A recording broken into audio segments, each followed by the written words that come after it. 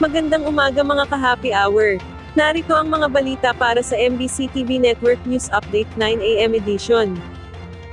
Mga kadeteng sangkot sa bago umanong kaso ng hazing sa PMA pinatawan ng parusa. Yan ang MBC TV Network News ni Edniel Parosa.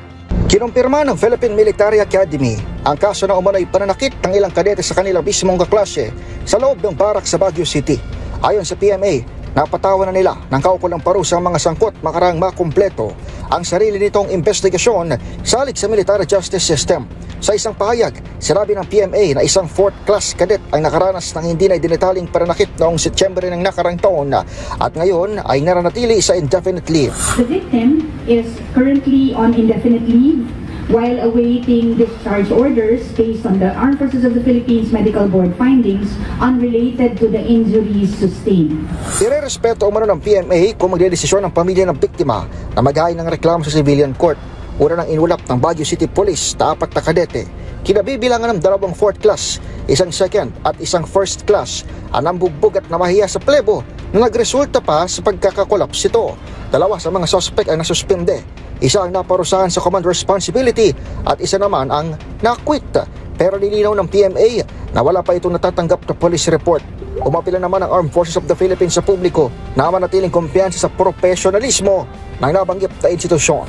Since 2018, we have implemented comprehensive reforms in our training systems, policies, supervision, and monitoring mechanisms to prevent such incidents and foster a culture of respect, discipline, and professionalism among our cadets. Para sa MBC TV Network News, ito si Edniel Parosa, Ranizer H.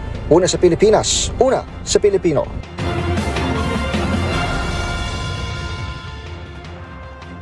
Samantala, PBBM abala na sa paghahanda para sa kanyang SONA sa July 28, 2025.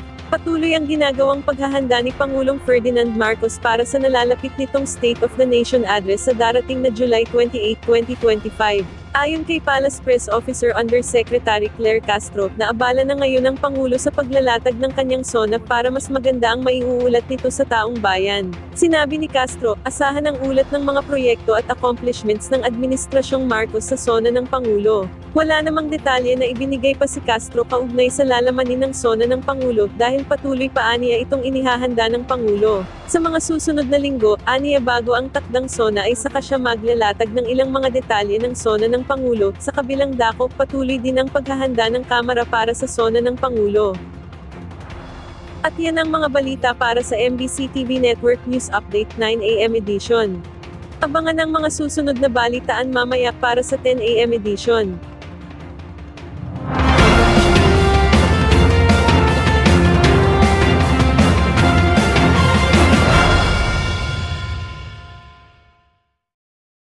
Mga ka-happy hour, kung gusto mong manood ang mga balita sa MBC TV Network News Update, mag-subscribe sa aming YouTube channel, i-like ang aming Facebook page, at i-follow sa aming TikTok account.